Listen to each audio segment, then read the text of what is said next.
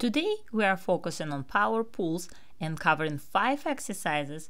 Some are a bit unusual and original, but they will help you improve your deep edges and balance while skating.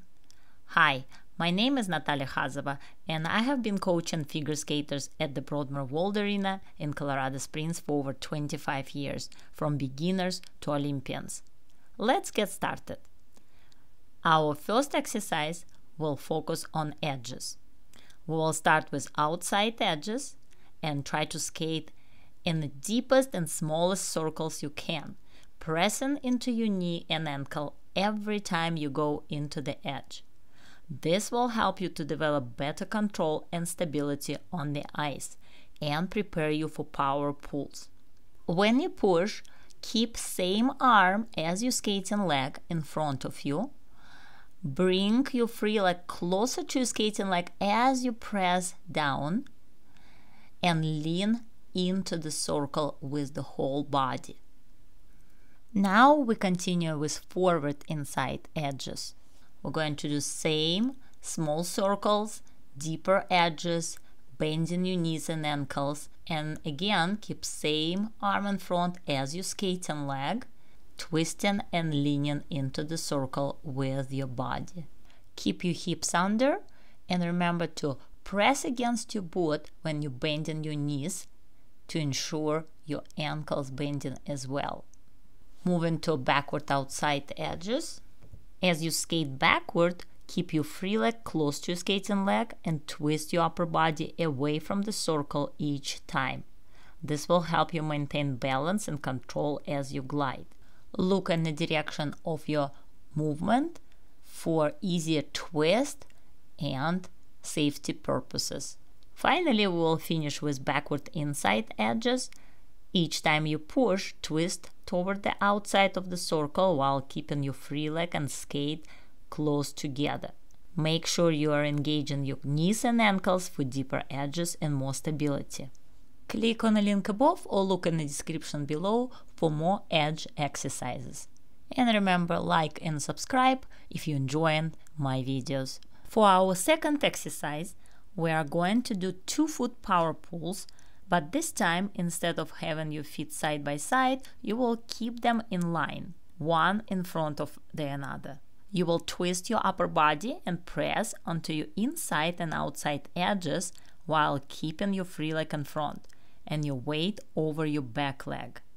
For example, when you're gliding on your back leg outside edge, your front foot will be on the inside edge. Then, as you switch to glide on your right foot's inside edge, your left foot will move into outside edge. When going backward, you will use the same motion, twisting your upper body and switching between legs.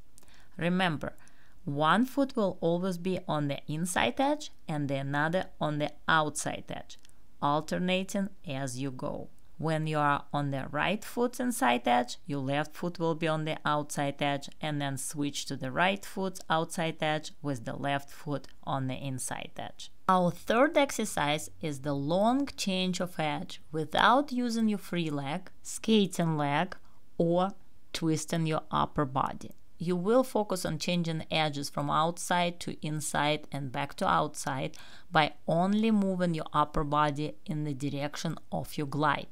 This exercise helps you feel more secure on your edges while maintaining a calm, relaxed glide. Backward change of edge are more challenging, especially for beginner skaters.